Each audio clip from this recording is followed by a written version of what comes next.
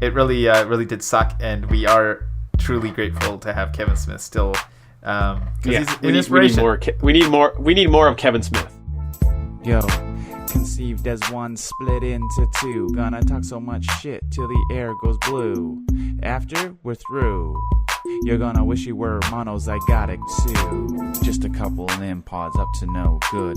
Couple of Nimpods up to no good. See what we're doing there? It's Nimrods. But it's a podcast with Nimpods. What's going on, guys?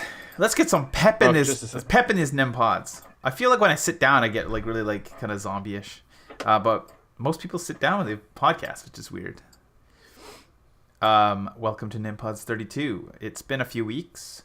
I think it's been 2 weeks since we last. I think we basically missed a week. Might have been 2 weeks. No, I think we missed one Monday. So whatever day today is, Wednesday. So it's like one Monday and then Monday. This is like making up for the not like this Monday. So we missed a Monday. You know what I mean? Sure. Sure. But whatever. I feel like the schedule, channel, YouTube stuff is really quite tough, and I think in a way it's supposed to sort of ramp up your speed and like ramp up your content. Like, oh hey, make that show today or make that video today.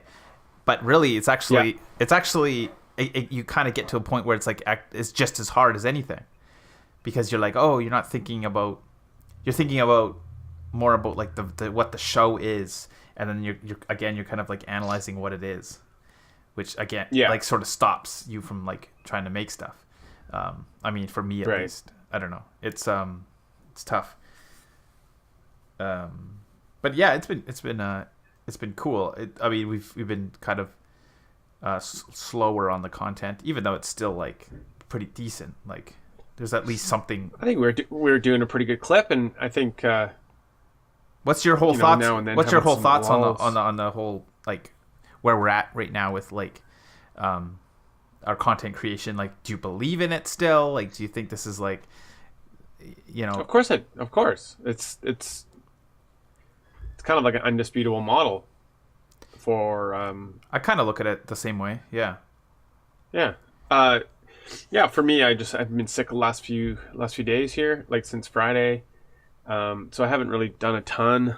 I've been writing a little bit, and actually I just finished. I had a lot of downtime because I've been off work a few days, so I've been reading some scripts from screenplays. I haven't seen. I'm hoping to see it tonight. The 3 billboards outside Ebbing, Missouri, kind of a. Oh, the actual movie. You were saying you read the script though. Yeah, and I read the script. I read the script last night, and it was good. It was, I think it was the shooting script, or kind of like one of these scripts that they sort of produce and they send out, because it had like a sort of like a drawn color cover page, like almost like a poster. Not a poster, but I don't know if I can even. No, I won't pull. I think I know what you're talking about. Like it's. But like I think it's like a produced one, like where like I guess you could get a version of it like on like at Chapters or something. Like I'm sure, because I've seen a lot of screenplays, like actually published. Yeah. But it's like it's probably word for word like what's in the movie. There's probably like not one it's word almost missed. like it almost had a feeling that it. I'm hoping to watch it tonight. I rented it on YouTube actually, because I don't have cable. So, but I'm kind of like I'm wondering if it's going to be like verbatim, like almost in a way like someone like transcribed the movie into a script. That's what we talked about that at one point for like Wrong People. Is not that the Wrong People script is completely different, but there's a lot of changes on the fly that we kind of did. To the script. There isn't like the 100% shooting script we have. Yeah. And I actually kind of joked at one time to have like a transcribed script. I don't really understand what the point of those are really, because I kind of like seeing the differences. There was one scene in the script in three billboards where I was like, I kind of wonder if this is like a deleted scene, like it won't be like something they didn't film, because for me it kind of stuck out as like not a part of the. It was a little. like the movie, the script at least seemed like reality based, and this scene kind of stuck out to me. And it was a little later in the movie too. It wasn't very long, but the sequence kind of felt to me a little bit too like whimsical, like a little too much whimsy in it or something. That I'm kind of curious now if that's in the movie. But after reading the script, I definitely want to see the movie. It definitely seems like up my alley, like kind of like what I also enjoy to write too. So it was really, really easy to read.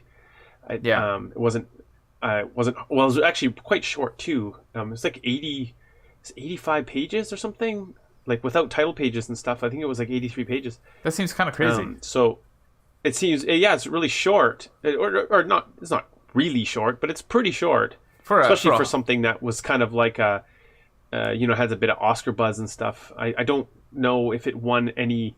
I think it was just the performances won. Yeah. Right. I think, did you even did you watch the Oscars? No, not at all. I just actually quickly read a couple days ago. I read like a outline of like what happened and stuff, and it's so weird. Actually, I mean, I was working that night. Like I was editing a video, and I totally forgot that Oscars were on. It's just not something I like really like. I mean, somebody's gonna dig this up like one day if I ever like get into the Oscar area of things, and I'm being like, oh yeah, what an Oscar, woo! And it's like, or I mean, the chances of that happening is gonna be very low, but there's gonna be this content out there going like thinking that the Oscars is just whatever. Like, I couldn't care less about something more than, I mean, maybe. I mean, there is things I care less about, but like the whole idea of like judging works of art, not to be cheesy, but like judging it over a certain other piece of work is like, it's so, I don't know, it's just so weird. I don't really, I don't understand really. And I've had my time, like my time where I did kind of, I liked watching the Oscars at least, or followed what happened and stuff, but like, I don't know, it's just a lot of the Oscars movies aren't really like things that are like I'm really that interested in anyways. Like, I don't know, I just don't know. It's a strange sort of microcosm of movies. Like, I'm always curious to know what is deemed like an Oscar worthy movie.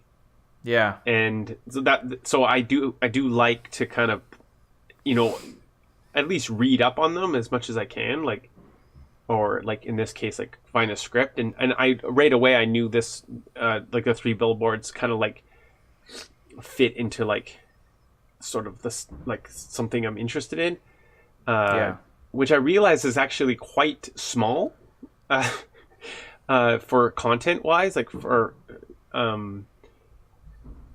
like stuff like Shape of Water. Like I do like Guillermo del Toro. I like some of his movies and stuff, and there's definitely like he's got this magic sort of whimsy element to, like, it's great in his design and like all that. Like there's definitely like an aesthetic, and I think he won Best Picture, or Shape of Water won Best Picture, but but when it comes down to I'm not sure, like the story, I guess, like it just seems kind of rehashed. It seems similar to like Avatar. Like you have like all this spectacle and like this design and all this stuff that looks really good, but then like when scratch it all away, and not that I watched Shape of Water. Again, this is sort of a lot of assumption, so maybe I'm just an asshole, but it comes off of me as like kind of like there is something that's circulating that's kind of like, it's saying like Shape of Water is like Splash or something, and like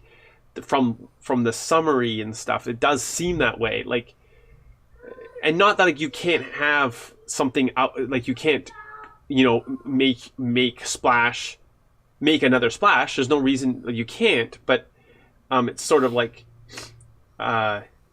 similar territory when you like scrape away all the kind of the veneer of wow, this looks really cool and stuff, and like it looks phenomenal, And you know, maybe the movie is amazing. I mean, like maybe I would really like it when I eventually see it, or if I ever do. It just, you know, again, similar, like Avatar has like this veneer of like, oh my god, look at what we're looking at, it's amazing, we've never seen stuff like this before. But you know, when you scrape it all away, it's Dances with Wolves, right? Like it's, Yeah. you know, we've already seen like the big budget version of that story. I don't know if I'm making any sense. Or even, I don't want to sound like you know, the get off the lawn sort of thing. Like I do, you know, if you like Shape of Water, then that's awesome. Like. I mean, I can't really say much because I haven't seen it, but it does look amazing, and you know, similarities between other movies is pretty common nowadays. Yeah, and if it's deemed not Oscar worthy or it doesn't, or like, I'm not saying it shouldn't win Oscar, because like that's what I'm just curious of what the Oscars look at, like what a great movie is. I'm kind of curious of that, just sort of kind of more of a curiosity of like. If like my tastes align, but that being said, I don't think I saw any of the Best Pictures nominations this year. I just don't really watch a lot of movies anymore. Yeah, it's kind of true for me too. Like I don't really end up watching a lot of stuff. I tend to watch a lot more documentaries if I'm just gonna like sit down and just like, oh, I got an hour and a half to watch a documentary. Yeah. Like I just to get into a full like a movie, not like they're any longer, but I don't know. I tend to lean towards the documentary, which I don't know why that is. It's just there's just something that like I don't know. I kind of let's kind of like truths and stuff. Maybe that's the thing. Maybe like I like true stories. I don't know. I like true crime and stuff. Like I like true crime a lot. Like, but I like those. There's a lot of. I read and watch a lot of like true stuff. Yeah, I mean, I don't know, but really I love to mine ideas. But I love fiction ideas. Yeah, that's the thing. Like I don't have a really desire to do much documentary stuff. Yeah, like I like making fiction. Yeah, I don't know. I think what you're trying to say and what I'm trying to say too is that I think when you're concentrating on kind of creating, you know, you try to digest as stuff. You know, obviously you need to you know, broaden your horizons and like you know, read and listen and like watch stuff to kind of get your own ideas, to get ideas to kind of mine stuff. And that's where you get the documentary idea, but to make your own stuff, you need to kind of like have that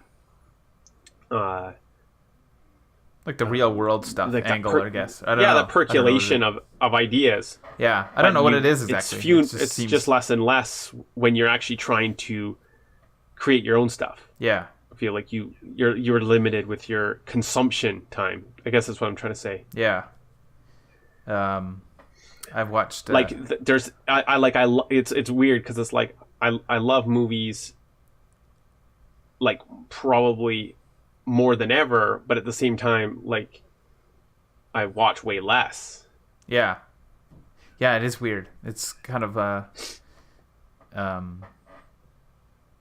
know what it is. I watched an interesting documentary called Man That Would Be the Man That Would Be King, or The Man That Would Be the Polka King.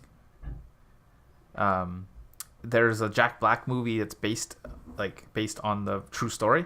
It's such pretty fascinating. Yeah, I remember I mentioned it to you. I don't know if you watched it or not. Yeah, I haven't heard anything about it. No, it's an interesting story. It's about this like Polish polka singer who kind of just came to America with a dream, and a dream to rip off a bunch of people too. But there's more to it. It sounds funny.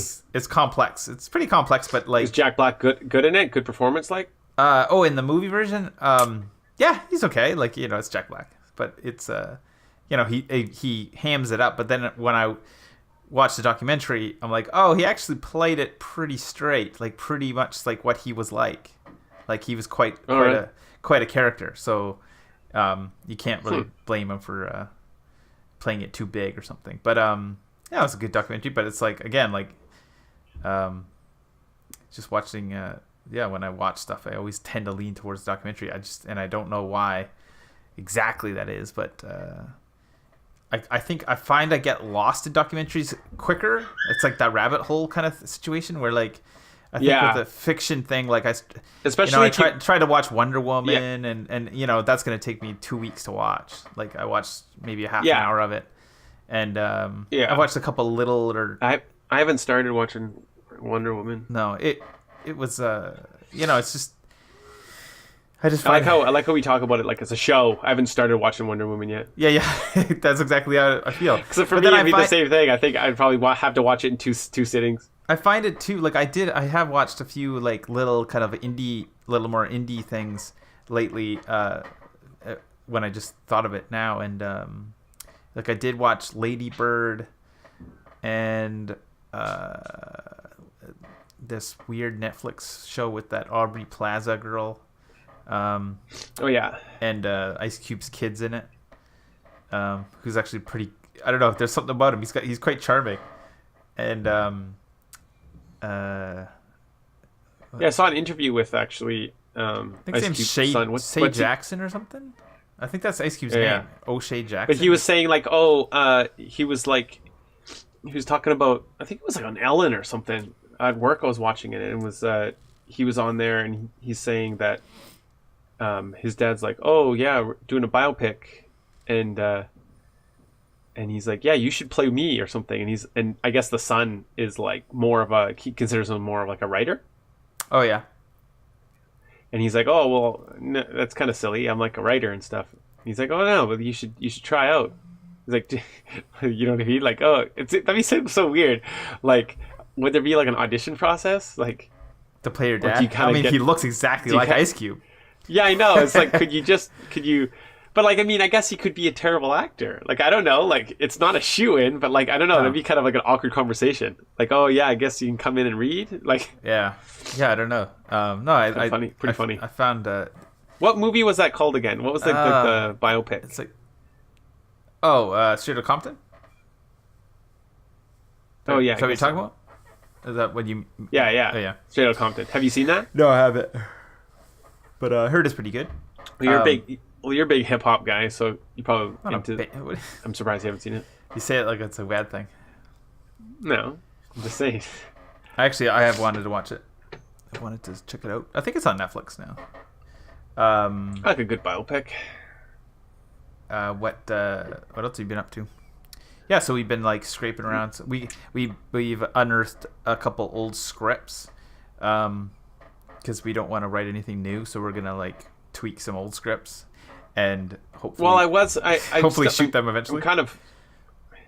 Yeah, I just. Some of the ages, some of the ages of these scripts are just kind of crazy. Like that one we pulled out today was February 2013.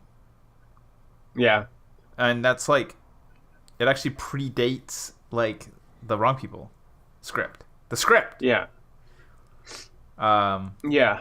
I also unearthed like this script that I actually kind of like forgot I wrote, and I mean, it was like 80 pages. And then like I'm reading it and I'm like, oh, I don't remember this, and it was from like 2011 I think, actually. Yeah, it's crazy. It's just amazing how like, you like at times I'm like, oh man, I haven't written in forever or whatever, and then you look and it's like there's a lot of like just all this dead stuff lying around, all these dead words, like dead words. No, I read that quickly. That one, I think it was titled. Well, it was mine. I have a version called Frozen Lake, but I think it was changed to something like Wisp, something on the Mist or something. Had a really pretentious, cheesy name.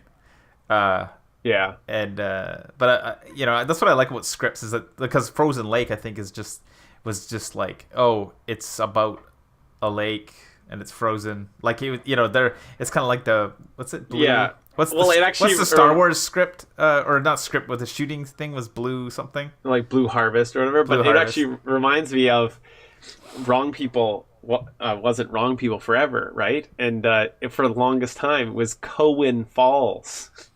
Oh, I don't remember Coen Brothers. I don't remember that at all. I don't remember that. Do not remember that. Like, yeah, it was Coen Falls. Just is that straight up like Coen Brothers. Because that was it was actually very similar to the script now. It had a couple extra characters. I had that weird like there's a weird subplot of like some sort of pot dealing grandma, and then it was like, instead of like a hockey player, it was more of like a Silicon Valley Bill Gates character. Yeah, Bill Gates type No, but guy.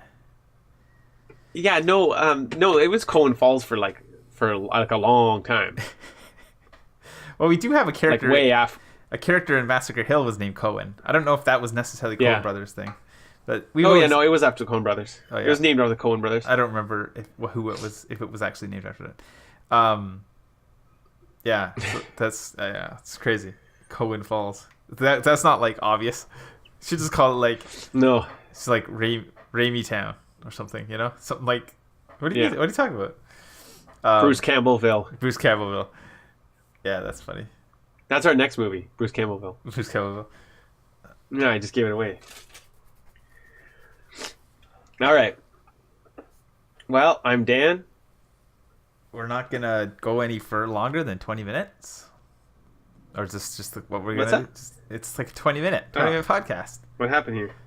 Can't hear you. And And we were I'm gonna do it. Dan. Like, it's a little late now, and I started listening to the podcast, Smodcast, where Kevin Smith's talking about not being dead. And I had this idea right when it happened, like the day of Kevin Smith's. I don't know if any of you guys follow Smodcast or Kevin Smith, but we're like big fans. And I had this idea. It's kind of morbid in a way, but had this like podcast idea where we would talk about like what Kevin Smith meant to us as a fan, of him, and as almost like a eulogy, and then like hoping that like we would send it to him, and he like he would listen to it at least or something, you know. But why not do a couple minutes on what Kevin Smith meant to you, and I don't know. I just it was pretty shitty, to be honest. I was pretty bummed out. I was super bummed out. I like had this. I mean, I was glad that he was okay, but I was like that day. It was sort of like I just remember feeling very kind of bummed out. I think it bummed me out because he was saying like. It wasn't like I heard the news that he had a heart attack and then I realized, and then I found out that he lived, like he was okay. Like it was sort of all at the same time, right? So It wasn't like I thought like he was dead, but it was at the same time though. It was like he was saying how that he had like this epiphany because he was scared of death and stuff. He does mention that a lot on his podcasts. Having fearful of that and fearing he's going to go the way his dad did, which is, a very real fear. But he's just saying how like he was kind of like okay with it. He had kind of like epiphany, like there was a moment where he was like, it was finally okay. And he like, he talked about it again on like a follow-up video and how he was okay with that. And it's just like, I just felt kind of bummed out because he was like he's like not even 50, right? Yeah. And like, how can you 47? How can you be like so okay with that? And like, I mean, I haven't had a heart attack and stuff, like knock on wood, but like it's great that he has that epiphany. Like, I don't want to take that. Like, I don't want to shit on that, but it just, to me, it's sort of like there's a sort of sadness that he. He was okay. Like I don't know. I think I would just I'd be kind of pissed. Yeah, I see. Like, it's not fucking fair. I see it. Well, yeah, but I mean, I don't know. I didn't like. It's just. I'm just saying it's just too young. Yeah, I know. Of course, it's too young. But like, that his realization, like that's exactly how I found it too. Like that he. Like, I actually had this weird, like, I got up really early, and just picked up my phone, and I remember distinctly, like, it, like, my Instagram, like, literally, like, this might totally be just not real, but it, like, went to that post. Like, my phone went to the post. It was really weird. It might have even been on Twitter. I'm not too sure, actually. I just remember seeing. It was almost like I felt like automatic. Like it felt like something happened and I had to check it out. And like it was seriously, it was like 6 a.m, I think. and I saw it, and I'm like, I seriously was like freaking out. And I'm like, oh my god, Kevin Smith's dead. And then he wasn't, and it really sucked. It like seriously sucked. And I think Kevin Smith is like, I think he has a lot to like. He provides a lot of stuff for people like us, like inspiration and stuff. But I just think he's one of the good guys. I think that's kind of like one thing that like you can't deny that he's like he puts that front out, like he puts that out there, right? Like he's not an asshole, and I think that's kind of like it's weird. It's weird how like we need more Kevin Smith, non-assholes. We need more Kevin Smith, and it's kind of like less. We don't need less. Exactly. And there's it really sucked, and I'm so glad that he's okay. And it's funny too because James sent me a thing on Facebook like literally like days before, probably 4 or 5 days, about him coming to Vancouver again, and it was already sold out for the Rio Theater thing.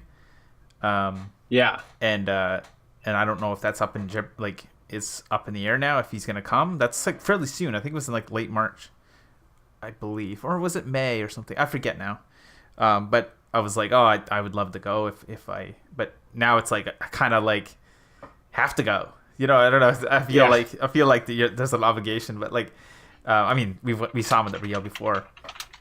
I don't know. You know what really sucks about that going to see him that time? Like, I was way too drunk. Oh, that's funny because I got to a point. I remember sitting down and like drinking, obviously. Night out with the boys. Awesome night. March 30th, actually, it's coming up. Yeah. Oh wow. I'm sure it's there's a second show gonna be delayed, but I remember sitting down and going like, I have to keep it in a level where like I'll remember this shit because like this is pretty cool. This is a pretty cool event or thing, right? I mean, it sounds small to some people, but like seeing a live podcast of a legend like Kevin Smith, like what he means. Yeah, to I don't me. remember much. Yeah, I remember a lot of it. I remember a lot of the jokes and stuff. I still remember it. Oh no! See, I haven't even listened to the podcast actually. Oh really? Because Perry's on there at the end. Like they actually have the Q&A. Oh, is he? Remember? Because there's like he's like, oh fuck it, we're just gonna like keep rambling here, and like there's a Q&A at the end, and they actually stuck that on the podcast, which like a lot of them don't have that. Oh yeah, which is that's pretty cool. You should try to fish it out. I think it's like June. Was it June? Like June or July of 2014. I think it was like May or June. This was a little bit earlier than July. Just pre-summer, I think. Anyways, good night. It was good times. But yeah, it was great. If Kevin Smith ever listens to this or sees this in any way, super glad you're okay, and hopefully see him again one day. I want to like. I was really bummed out because like one day I want to meet him like on. I hate to say it, it was like really like kind of cheesy, kind of like a little uppity, but the whole like on his level. You know what I mean? Like be. I know what you mean. I don't know. Yeah, I don't know how you like, say that or explain that and it not come off like a total. Not like his level, like I make a Clerks and stuff, but like to a guy that like he's aware that I make movies or something. I make something or like I provide some sort of value to him other than just like shaking his hand. You know what I mean? Yeah. No, I know what you mean. It's like actually I have this guy on Facebook that I've only met briefly, but he was messaging or posting about he was at the Emerald City Comic Con. Oh yeah, just this weekend, and he was like, "Oh, I'm going out with dinner with like Will Wheaton and like David Hayter and stuff." Oh yeah. And like that's what like not that you have to that I'd like to go. I don't need to go for dinner with Kevin Smith, although I wouldn't say no. But like I know what you mean. It's like they're having a dinner because they're talking about some animated series or something they're going to work on. This not buddy of mine. Just acquaintance. Him and David Hayter are like producing like this animated show, Yeah. But they're like, I know what you mean. Like they're kind of like they're on the level. They're kind of like talking, not just about like how awesome you are and how like how big of a fan you are. Like kind Even of though like I take the still would, fanboy out. even though I still would be like that. Yeah, yeah, I know. I like, know, but I know what you mean. It's like you're not saying like, oh, after you win an Oscar, I'd love to Yeah. be able to chat with Kevin Smith No, about no. the craft. Like, Not at all. Even if it's like, yeah. Well, I had the secret thing with Kevin Smith, this idea, and I sent it on Twitter to him once, fairly recently. I think it was with the last year, and it was like, because he does the podcast, he does all this content, right? Like, he's got to do some sort of like, I know he goes on YouTube a lot, but like, kind of like he needs like a daily vlog. So I was like, I'll come and like do a daily vlog with you. Like, I'll shoot and edit it. It just like, yeah, did he get back to you? no, well, yeah, no, he got back to me, yeah, and he, offered me $100K Yeah. a year to do it, and I said no, no, it's just I thought that would be kind of, obviously, What if Kev Smith got back to you and was like, okay, like I can't pay you and I can't like pay for you to get down here, but like if you can come and like maybe you can spend like a month here, I'll put you up in like some shitty hotel, but like you whatever you shoot in that month or whatever, follow me around, like you just put little snippets up on YouTube and stuff for me, and then I don't know, I'll give you a hockey jersey. Like, would you do it? I don't know, yeah, well, I mean, yeah, it's so arbitrary, but like, yeah, I think mean, I'd do it for sure. I think I'd do it if it was a month. I think I could pull off a month without getting a divorce. No, fuck. What? That's for another time. This has been Nimpods. You've been listening to Nimpods 32, the Kevin Smith eulogy. No, We're currently both still married. In all seriousness, though, it really did suck, and we are truly grateful to have Kevin Smith still walking around and making shit for us. He's an inspiration. We need more of Kevin Smith. Yeah, as generic as his name is, we need more of him. And I don't really care if anybody thinks differently, because what the hell have you done, right? Anyway, Signing off. You've been listening to Smodcast. Smodcast. This is remember that idea? supplement. We had an Smodcast. It's a Smodcast supplement. Yeah. We had that. Remember that I had that idea? I think it was it was a very early episode of Nimpods, and we were talking about doing getting a Smod, because Smodcast had, especially on their early seasons or early podcasts, they had printed transcripts of their podcasts. I don't even know how I'm sure James has a copy of it, but then like do a podcast, like fan podcast, where you're like, I think you did mention this. It's just so weird. it's so meta, but I think it would be so funny. Like, one of us is Scott Mosier, one is Ken Smith. I think it would be dope. Anyway, so who's Scott Mosier and who's Kevin Smith in this scenario? I don't know. I don't think we're like really like either of them. I think we're probably more like Scott Mosier, if anything, because he's Canadian, repping Canada. Yeah, he's got the I'd Canadian like sensibilities. to think that I'm kind of like Scott Mosier in the way that he's pretty laid back and stuff, but it's just this is not the case. You're not laid back? No, not really. Well, he's like living in the snow cabin out in the middle of nowhere kind of guy. Like, I need my internet.